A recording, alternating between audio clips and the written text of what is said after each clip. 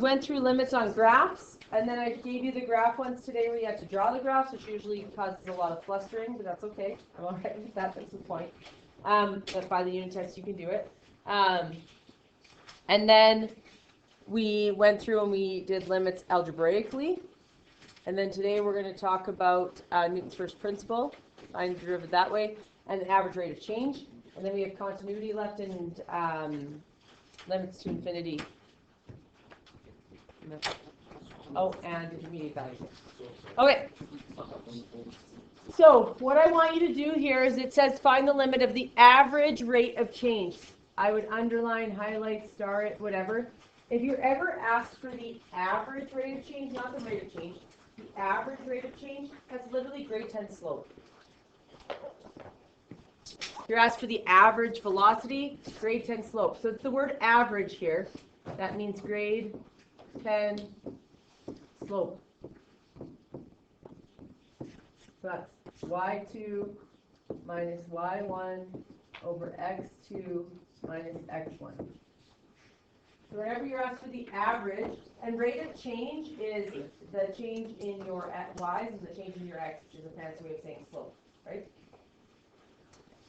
So we want the average rate of change of f of x, x squared plus 3x from 2 to x. In order to get your slope, you have to have a two coordinates, correct? That's what slope needs, is two coordinates. So one of them is when x is 2, and one of them is when x is x. So if I do f of 2, I'm going to get 2 squared plus 3 times 2, which equals 10. So one of my coordinates is 2 and 10.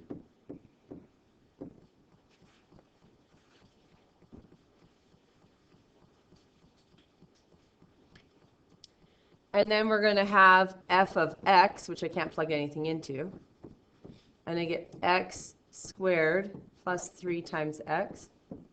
So I just get the equation, right? So this coordinate would actually be x, comma, x squared plus 3x. Because you haven't plugged in a value. And in grade 10, you were taught to label your coordinates. So we have x1, y1, x2, y2. Does it matter which one is x1, y1, or which one is x2, y2? No. In grade 10, I failed an entire quiz because I labeled them x1, x2, y1, y2, and every single thing was wrong. I got a 0. A lot of work to get a 0. Yeah. So your coordinates are xy, not x, y, y. Just learn from the best. Okay. All right.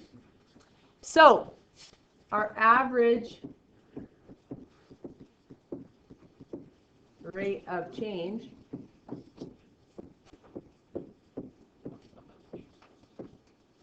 equals y2, which we have x squared plus 3x,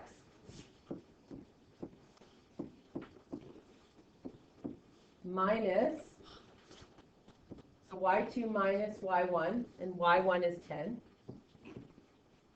all over x2, which is x, minus x1, which is 2.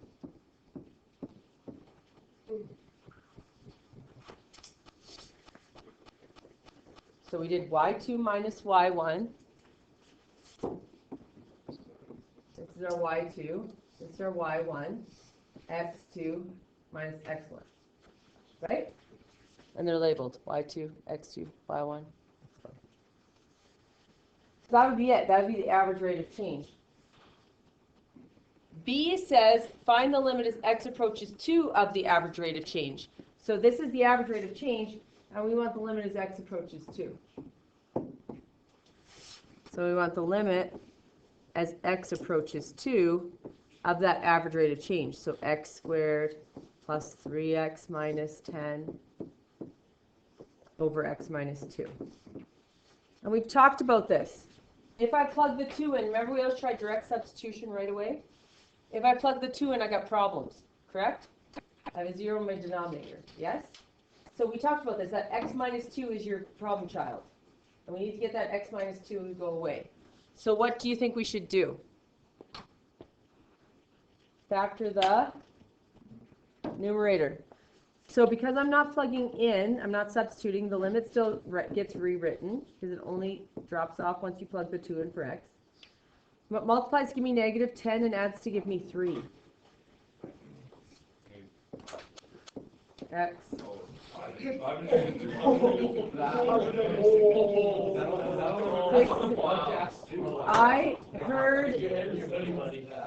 I heard x plus 5 and x minus 2, which is perfect.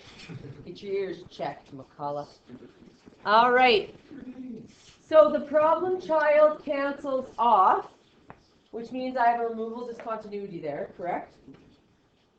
And how do I find out? So now I've gotten rid of the problem child. Now I can plug the 2 in. I get 2 plus 5, which is actually 7. So what did I actually find? I found the y of the removable discontinuity, correct? That's all you did. It's the same thing as when we did point of discontinuity in 30-1. So as I approach from the left and the right, they're both approaching 7. At 7, it doesn't make sense. Can we not simplify it? You could simplify. I just wanted to prove a point. But that was how we would do it. All right. Peanut gallery. Oh my gosh. Okay. Find the limit of the difference quotient. So this is Newton's first principle. So we did this in the notes where we actually did the x plus h and the f of x. Remember how we practiced this? So we had h's and then we cancel GCF and h out and we cancel it off. We practiced that. So the first thing we're going to do here is we're just going to do what we did in the previous notes. So we're going to fill it into this difference quotient. The catch is that Newton's first principle is as h approaches 0. So if we actually want to talk about it, it would be the limit as h approaches 0 of f of x plus h minus f of x all over h. Sorry, these were also homework questions. Oh, yeah. Oh, the gasping over 2 questions.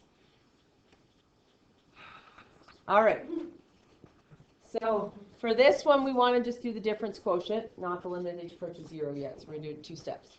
So we need to get f of x plus h first, correct? We have f of x. So off to the side, we're going to find f of x plus h. And so we're going to get 2 bracket x plus h squared minus 3 times x plus h plus 1. We're going to remember that x plus h squared is not x squared plus h squared. It actually has a middle term, because remember this is x plus h twice. So we're going to get 2 x squared plus 2xh plus h squared minus 3x minus 3h plus 1. Go back this little blue box. Distribute my 2 through, and I get 2x squared plus 4xh plus 2xh squared minus 3x minus 3h plus 1. And none of those are like terms, so we cannot put them together. That's us just finding the f of x plus h so that we can even just fill it into the formula, correct? So,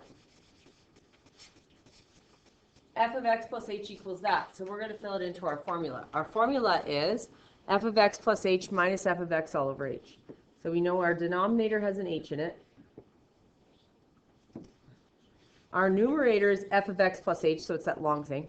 2x squared plus 4xh plus 2h squared minus 3x minus 3h plus 1. And then we have a minus sign, correct? So all I did was f of x plus h. Then we have a minus sign where we subtract f of x. So a lot of people will say 2x squared minus 3x plus 1 like this. But what do we have to remember? To subtract all of f of x. And we'll catch that we did not subtract all of f of x if all the terms without an h do not cancel off. Because remember, that's our goal, is to get all the terms without an h to cancel so we can GCF an h out, and it gets rid of our problem child, which is in the bottom. And why is it a problem child? Because this is actually what we're going to find. The limit of h approaches 0, and if I plug a 0 in, I have a problem immediately, correct? So that's why we always have to get that h to go away. All right. So then we're going to get 2x squared plus 4xh plus 2h squared minus 3x minus 3h plus 1 minus 2x squared plus 3x minus 1 all over h. Now in this step, everything without an h needs to cancel off. If it doesn't, we messed up, and it's often that we didn't distribute that minus sign through. So 2x squared needs to go away because it doesn't have an h, and it crosses off with negative 2x squared. Yeah? 4xh has an h. 2h squared has an h. Minus 3x needs to go away, and there's a plus 3x. Negative 3h has an h, and then 1 and negative 1 cancel. So I know I'm doing well if after I go to cancel, anything without an h goes away, right? Cancels off. Then I can take an h out of my numerator, and I'm left with 4x plus 2h minus 3 all over h, and then the h's cross off, and I'm left with 4x squared plus 2h minus 3.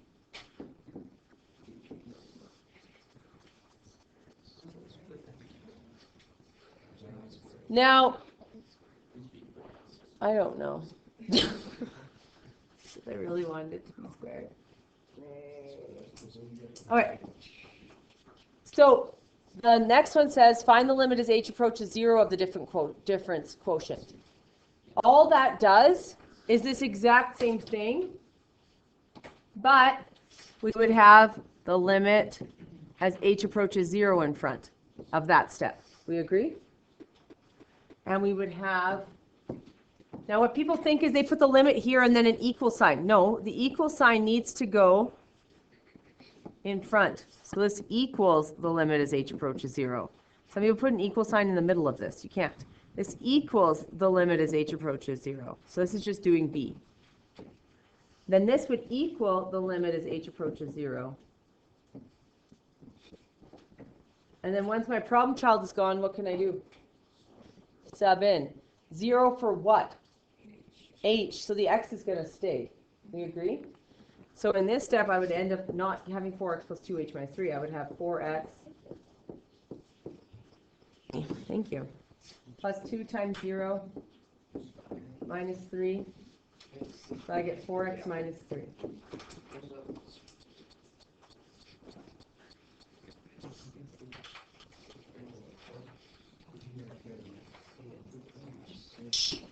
So this one we're going to do the difference quotient and then find the limit as h approaches 0.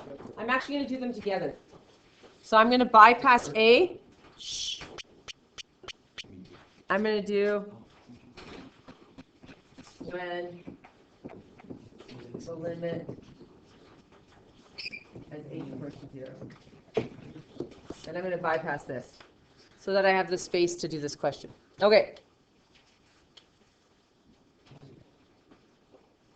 I do it in pieces, but you can do it just as one, so I'm going to. So the formula we're going to use is the limit as h approaches 0 of f of x plus h minus f of x all over h.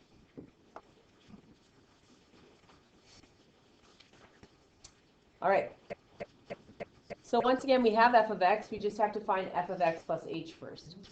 So we're going to go f of x plus h equals 3 over x plus h squared, which actually equals 3 over x squared plus 2xh plus h squared. And that is f of x plus h. So finding that is not the hard part. The working the limit will be the harder part on this one.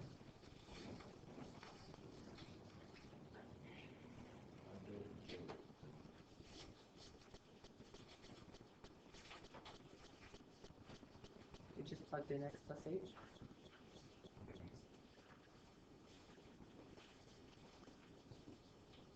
All right. Okay. So this equals the limit as h goes to 0. F of x plus h we found off to the side, so it's going to be 3 over x squared plus 2xh plus h squared, then minus f of x, which is 3 over x squared, divided by h. So I need to get the h to cancel off. Do we agree? Shh. Everyone's paying attention? Okay.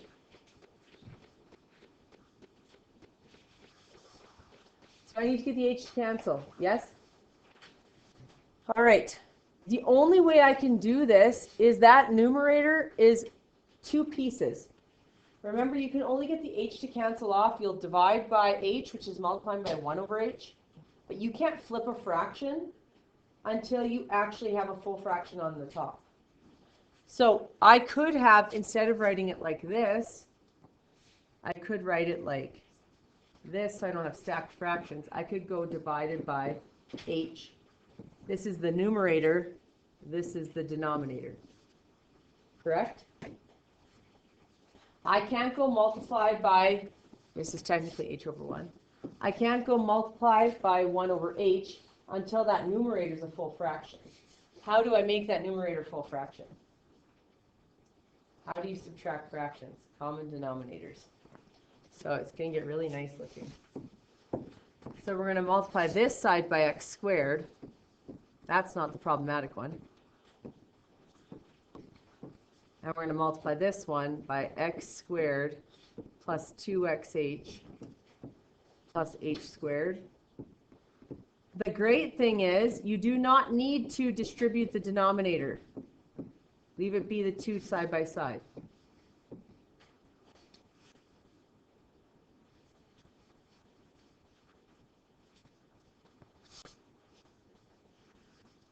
So we'll distribute the numerators, but our denominators will just leave be x squared, bracket, x squared plus 2x h plus h squared in brackets. I'm not going to put those together. There's no point.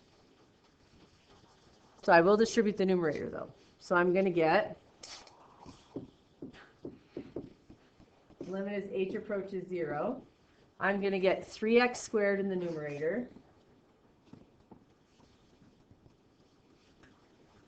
And then I'm going to get minus this, minus 3x squared. And I'm going to make this be, I'm going to take the negative sign with the 3, so I'm going to go minus 3x squared, minus 6xh, minus 3h squared. Why can I write this as a full numerator? That's supposed to be an h. What did I make? I made common denominators, didn't I? Yeah. So I can technically put that as one numerator all over x squared in brackets times x squared plus 2xh plus h squared. And now I can go multiplied by 1 over h. Now the only way I can get an h to cancel is if I can take an h out of the numerator and cancel them off, correct? So once again, my numerator needs to completely cancel except for terms with h's.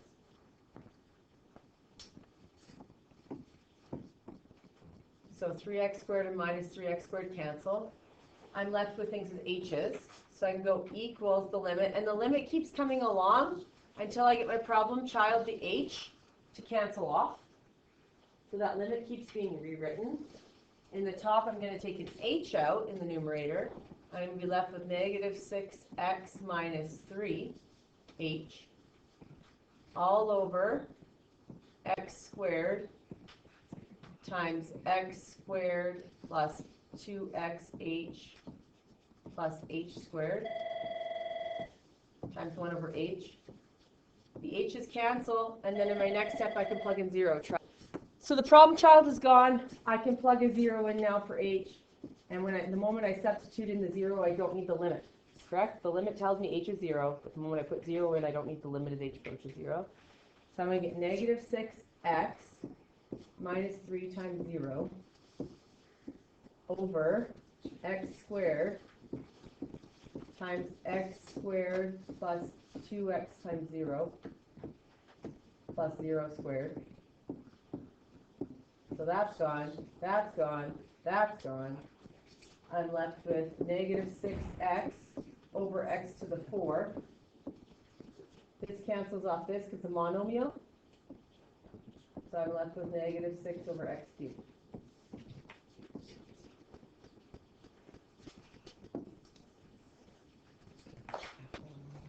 That's it.